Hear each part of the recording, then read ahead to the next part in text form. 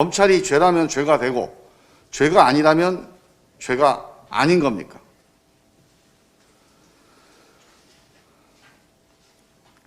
유명한 사회철학자 토마스 홉스는 구약성서에 나오는 지상에서 더 힘센 자가 없는 바다동물 리바이어던을 국가폭력의 상징으로 책을 썼습니다. 저는 이번 검찰의 행동을 보면서 검찰은 법 위에 서 있는 리바이어던 아니냐, 대한민국의 마지막 남아있는 리바이어던 아닌가 하는 생각이 들었습니다.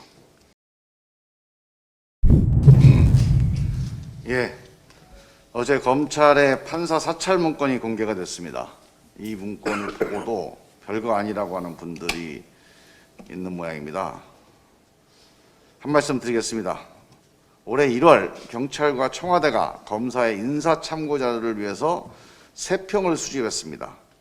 윤석열 검찰은 이를 불법 사찰, 직권 남용이라고 수사했습니다. 김은경 전 환경부 장관은 블랙리스트를 작성했다는 혐의로 출국 금지, 구속영장 청구, 그리고 기소당했습니다. 그 블랙리스트의 내용이 이렇습니다. 해당 기관장의 임기, 사표 제출 여부, 언제 임명됐는지. 이번에는 검사가 판사의 3평 정도가 아니고 개인 약점까지 적시해서 문건을 만들어서 유통시켰습니다. 그냥 검사가 아니고 검찰총장이 그렇게 했습니다. 권한 없는 부서에서 문서를 만들어 업무 관계없는 반부패부까지 유통한 것인데도 뭐가 문제냐고 큰 소리입니다. 내로남불도 너무 심합니다. 만약에 이게 별게 아니라면 앞으로 경찰은 함께 일하는 검사의 이런 정도 수준의 개인정보는 수집해서 업무상으로 활용하는 것을 검찰은 인정해야 됩니다. 전국의 검사들에게 그럴 용의가 있는지 묻고 싶습니다. 대한민국은 지동설의 나라입니까? 검동설의 나라입니까? 대한민국 법은 검찰을 위해 존재하는 것입니까? 검찰이 죄라면 죄가 되고 죄가 아니라면 죄가 아닌 겁니까?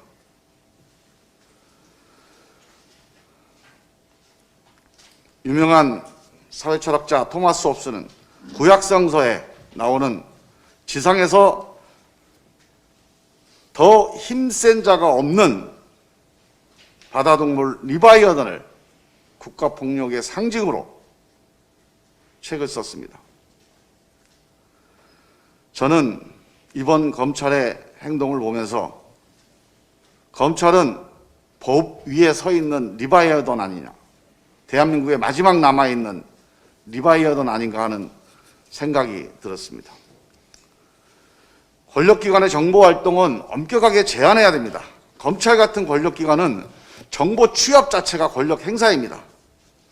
수사정보 외에는 개인정보를 취합하지도 유통하지도 활용하지도 말아야 합니다. 법에 엄격하게 금지하고 있습니다. 이번 판사 개인정보를 취합 유통시키는 행위는 그 내용과 형식 모두 불법 부당합니다. 대검에서 판사의 약점에 해당할 수 있는 정보를 취합하는 것 자체가 불법입니다. 더구나 이를 수사부서인 반부패부에 공유했다는 것은 어떤 이유로도 정당화될 수 없습니다. 판사의 친인척이 암흑의 검사라든가 판사가 농구 동아리 출신이었다는 개인정보가 공소유지에 어떻게 필요가 있겠습니까? 필요할 때 연락해서 영향력을 발휘해보라는 의미 외에 다른 해석이 가능합니까?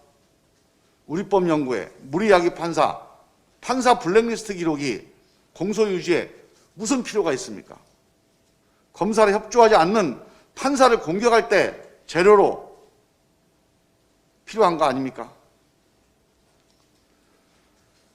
더욱 놀라운 건 이런 불법 부당한 지시를 대검에서 총장이 지시했다는 사실입니다.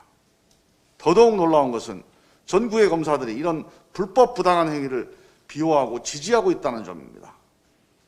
검찰의 제19 감싸기가 도를 넘었습니다. 근본적인 검찰개혁 없이는 이를 해결할 수 없다는 것이 국민들의 판단일 것입니다. 최근의 일련의 사례는 검찰개혁이 지난 20년 동안 왜 이렇게 어렵게 지체되어 왔는지를 보여주고 있습니다. 이제는 검찰개혁의 길을 막을 수 없습니다. 민주당은 이번에 국민과 함께 반드시 검찰개혁의 임무를 완수할 것입니다. 이상입니다.